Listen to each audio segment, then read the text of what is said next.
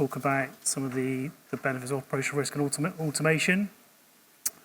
Part of our journey, so we kicked off with what we call an on-prem solution and metric stream. So back in 2018, we went for a basic module just to put in risk registers. And we developed an in-house system to store risk events. So we built an access database. We thought it'd be a good idea to engage a metric stream to put in our risk registers into a centralized tool. That was back in 2018. Since then, we've had, I would say, mapped to our maturity of the group in terms of the risk management and the facilities and the engagement. We've had sort of differing levels of engagement with management, with colleagues, metric streams being the background. It hasn't quite had the full buy-in over since 2018. That's now changed. And where we were previously was predominantly a hybrid risk management system in terms of automation and tools. So people would use metric stream, but they would also use off-system risk registers. That was very difficult for us to comprehend in terms of trying to get centralized reporting, centralized risk data. We were challenging having different risk integrity data coming through to the boards, governance committees. We just had a hybrid. And as we've gone over the years, that people have just made their own risk types, they defined their own risk taxonomies, all outside the system. That's where we previously were. And recently, back in 2000, probably end of 21, we decided to engage metric stream and have a real uptick in moving to their cloud solution. So the project we've just been through and the project we're still on the journey is we've moved from an on-prem metric stream solution to a cloud SaaS version. Now that in itself is a positive step. We have a strategy as a FTSE 100 company to move into a digital piece, and we're putting everything on cloud. Click the buttons, yeah. There you go. So we're moving everything to go into the cloud, and in terms of what that does, what we've realised is we don't have to maintain our own internal architecture in our teams to support a third-party system. That supports everything in the future going forward. Everything will be in the cloud. It allows us to have better functionality. We can have better buy-in from the business. We're able to centrally source and access metric stream from the group as well. So we have self-service from all colleagues, from all management, from owners, from the taxonomy point of view. We're also able to control what goes into metric stream, so there's no off-system reporting. We don't have the challenges we were faced with in terms of people creating their own risks, people creating controls, people creating their own types of taxonomy. We can define and come through for consistency, and that was a real positive for us. So Jess joined about a year ago, 18 months ago? June 21. Yeah, June 21, and has been coming with a wealth of knowledge on GRC tools, and her experience has really helped us to drive the new implementation of metric stream. We've delivered a new cloud solution in 6 months, which was extremely beneficial for risk management, for growing maturity, for buy-in, for reporting, and we're at a stage where we have the operational risk module in Hargreaves. That's correct, isn't it? That's right. Yeah. So we have the operational piece in our business. Now, in terms of what that's done and the value, some of the quick wins we've got from the project in working with, we've worked KPMG and metric stream. The business value we realised is even for those in financial services, if you're regulated, you have a CAS, client money type requirement. Lots of our external auditors for CAS come through and say, what are your key controls? What are your key risks? What are your most material risk events? Previously, we would have 52 spreadsheets. We'd have had an access database. It's very difficult to go through the audit process knowing that you're trying to glue together manual information, having gone through the automation process and looking at metric stream in terms of the SaaS version, have it all centralized, we can now point to one source of the truth. That helps from a CAS perspective. From, you're probably thinking why a strategic and prudential guy is talking about operational risk. From my perspective, it's really helpful because of the controls, the risk appetite. We can now go around liquidity requirements. So all the investment we've made in metric streams really helped us to assign operational risk scenarios, so the data we use in the system for risk events, pulling through materiality, we're able to see frequency, we're able to assess the impact.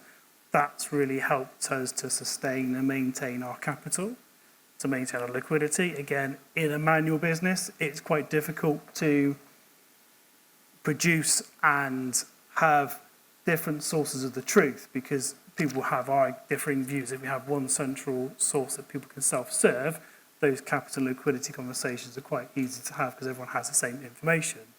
Very transparent, self-service, along with the reporting tool. That's one of the main benefits. In terms of the challenges over the last 4 years, I would say it's probably business buy-in and definitely business readiness. We had good technical knowledge. We had very good support in terms of implementation partner. We went with a metric stream solution we knew would fit our maturity level, our maturity curve.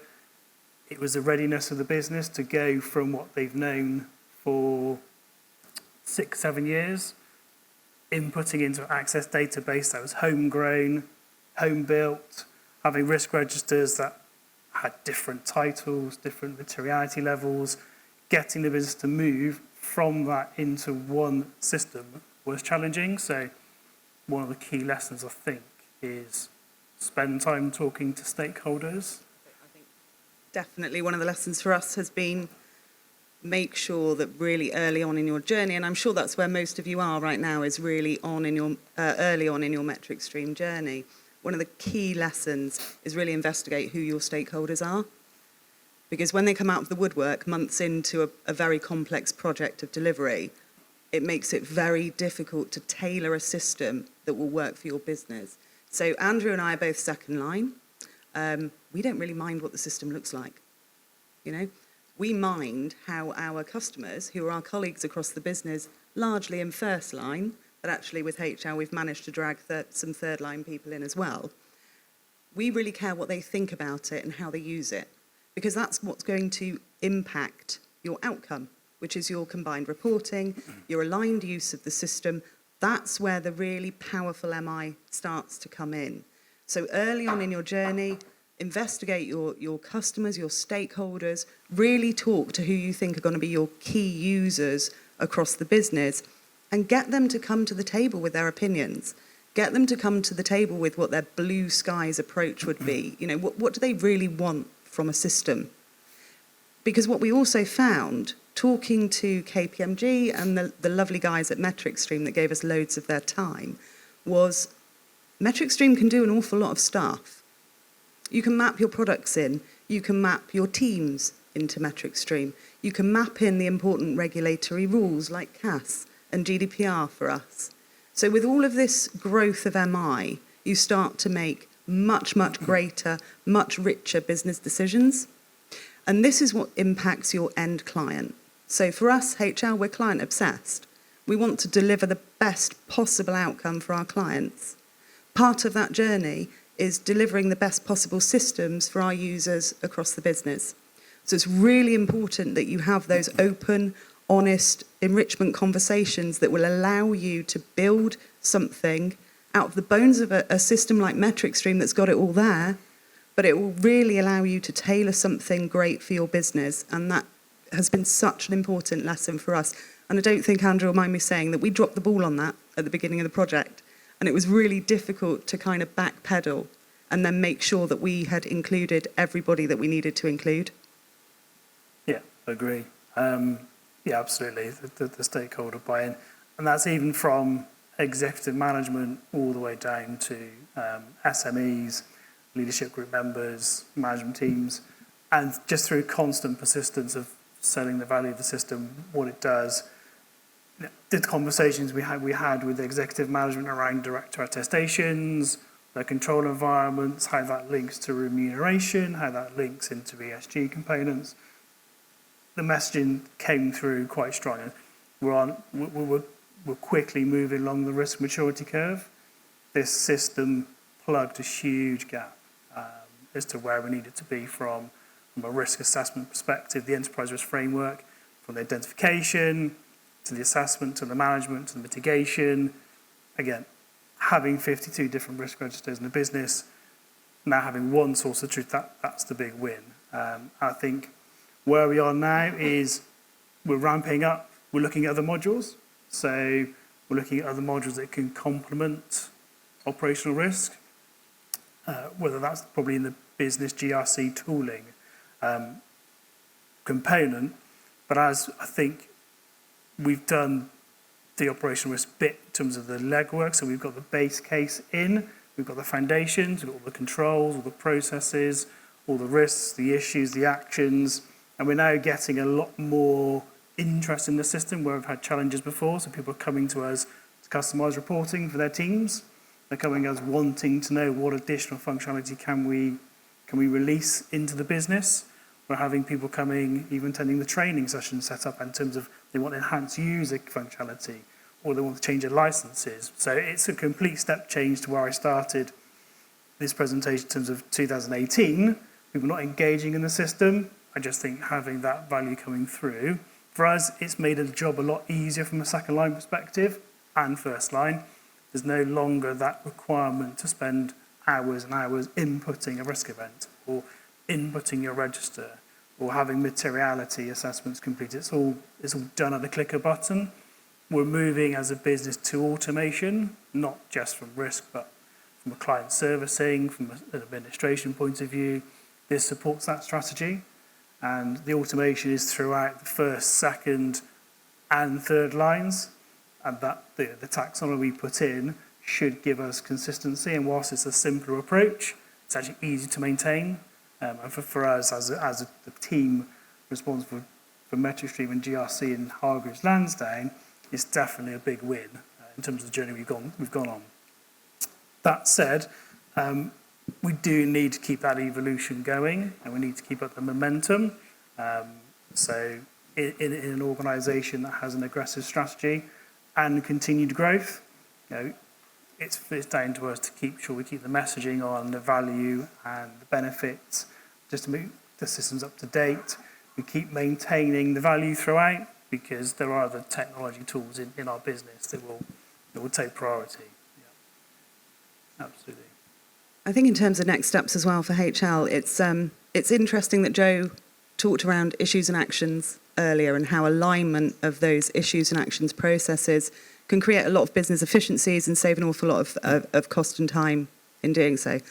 That's actually the next piece we're going to deliver. So I'm now looking forward to really getting to grips with that.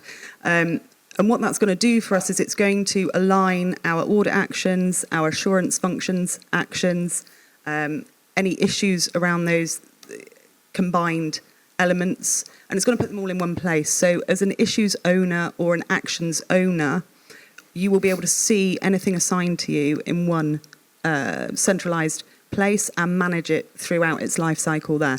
So that's actually going to be really good for HL. We're quite early on in our risk management maturity journey. Lots of recent growth has kind of led to us stepping up and really pushing on that maturity journey. So to be able to have oversight of issues and actions in one centralised place, and again manage through the life cycle of those, is going to give us some excellent data quality for reporting. And it's going to tick a lot of boxes for the regulator as well. Really drives through ownership and accountability throughout the whole system, which is very useful, and delivers an excellent audit trail. It's very difficult to delete anything forever from MetricStream. So that's a real positive for us. It's really going to help increase our maturity throughout our journey. And it is a journey. You know, we are only on chapter 1 of the story. Chapter 2 will be issues and actions. And however many chapters there are to come depends on the funding we can get, which means that we need to deliver great things when we're doing this. Yeah, agree.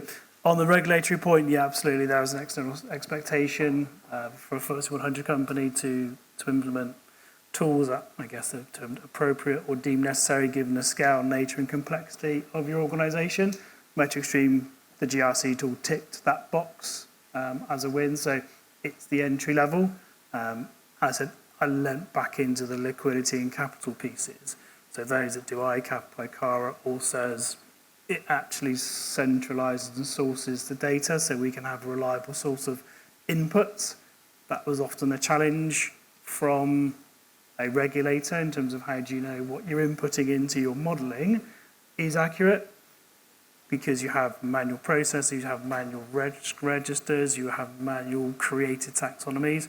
We're able to point to the data in the GRC tool to the regulator and say this is the single source, the inputs to modelling and the inputs and the creation, and they're accurate and they're consistent.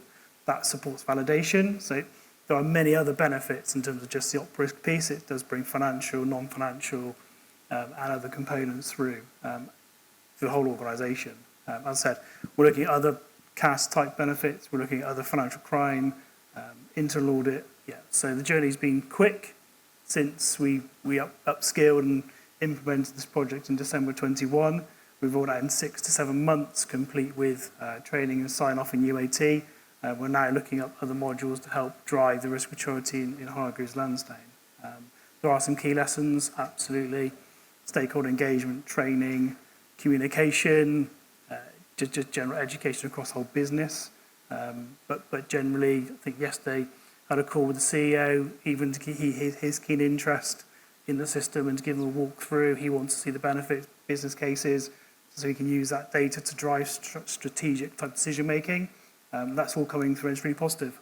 Yeah, absolutely. Yeah, it's been positively received so far. I think probably the missing piece of information for everyone here is we only delivered the system on the 17th of October. So when I say we're early on in our journey, we are super early on in our MetricStream journey. But the uptake from users has been brilliant. So we dropped off for a couple of days of having loss events raised because people were a little bit scared to start pressing buttons. So I think another key lesson for us really is get the education for your users in super early, about as early as you start talking to your stakeholders, start planning out the education journey. Don't let them out of the room until they've actually driven on the system. We, for the first few sessions, made created a challenge by letting them out of the room to create the tasks and send the tasks back to us. Inevitably, people just went back to their desks and got ensconced in their day jobs, and it didn't happen for a little while. So I think, again, in the next few sets of delivery or the next few chapters, we'll be looking to deliver the education to users very slightly differently. Same material, just delivered in a different way. But again, the uptake was very good. Within the first week, we were back up to the same level of loss events being raised and pushed through the system within the timeframes expected as we were before delivery of MetricStream, which was excellent. The previous system was very clunky. It was an in-house built database that fell over occasionally and was quite difficult to get back up online because it used a language that was dying out. So we had less and less people in the business able to support that system and bring it back up when it did fall over. MetricStream, that's not going to happen. But, it's cloud-based. We're able to support it internally, but we also have lots of external support to call on when needed. So we should have a nice, stable system of recording and managing our loss events now going forward. I think uptake's been good. Yeah. I think it was as expected to have that drop-off. I don't think you ever deliver a system and then it's 100% used from day one. I think there's always that sort of climbing period for people to get comfortable with it. RCSAs, we've also got in there. We're waiting for the risk assessment cycle to kind of come back round again, and then they'll be done dynamically. So for us, early on in the journey, but we are getting there. And it's definitely already delivered quite a few benefits that are tangible and apparently easy to showcase to your CEO, because he seemed very happy about his spend. Absolutely. I can see we've got a few minutes before we, 3 minutes. I wonder if there's any over to questions. Yeah, I have a microphone. Questions? Okay.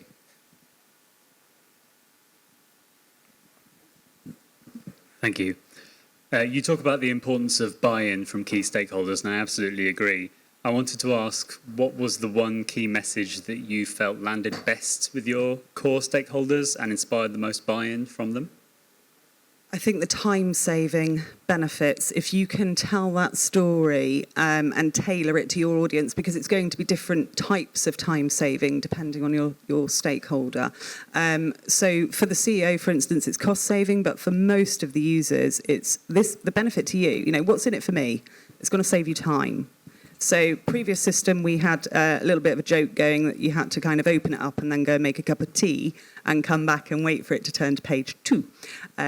Metric Stream's not like that. And if you can showcase that it's just smooth and it's efficient, that's what's going to make people feel like they're not under so much pressure. And I think that's really important.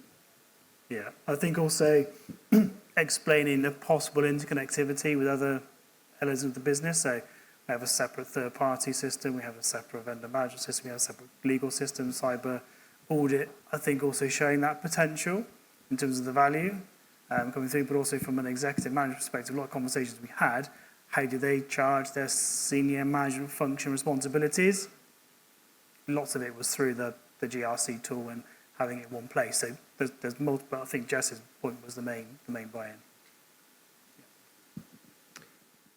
Great. Oh, one more question. We'll have this as the last question because then we can break for lunch.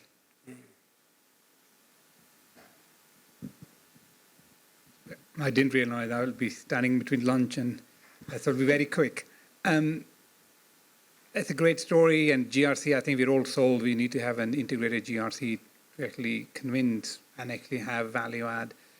How have you actually thought about how you'll bring in the op resilience component with the important business services and integration of that with our RCSAs and the risk event on that trajectory? Are you still doing that, or planning to do that outside of the system, or you're planning to incorporate that within? So at the moment we run op resilience separately. Outside, so we have defined important business services. We've led the risks and the controls and the processes. We are looking at the options of bringing the operational resilience module into Metric Stream as part of it. The op resilience piece for Hargreaves Lansdowne is probably in a very similar position to where we were with the GRC tool.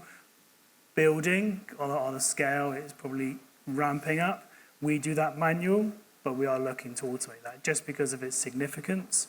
But I think what we tend to do is point to a lot of the controls in Metric Stream that's automated. That points manually to IBSs at the moment. But I think longer term, there's definitely the IBS is not op resilience coming in as an automating, just because as we grow and as we automate a lot of processes and use more third parties, it's going to take more oversight. So in time, we'll look at that option. Fantastic. I love the interactions. This is great. And I can't believe no one wants to go for lunch. Thank you very much, Andrew. And thank you very much, Jess. That was awesome.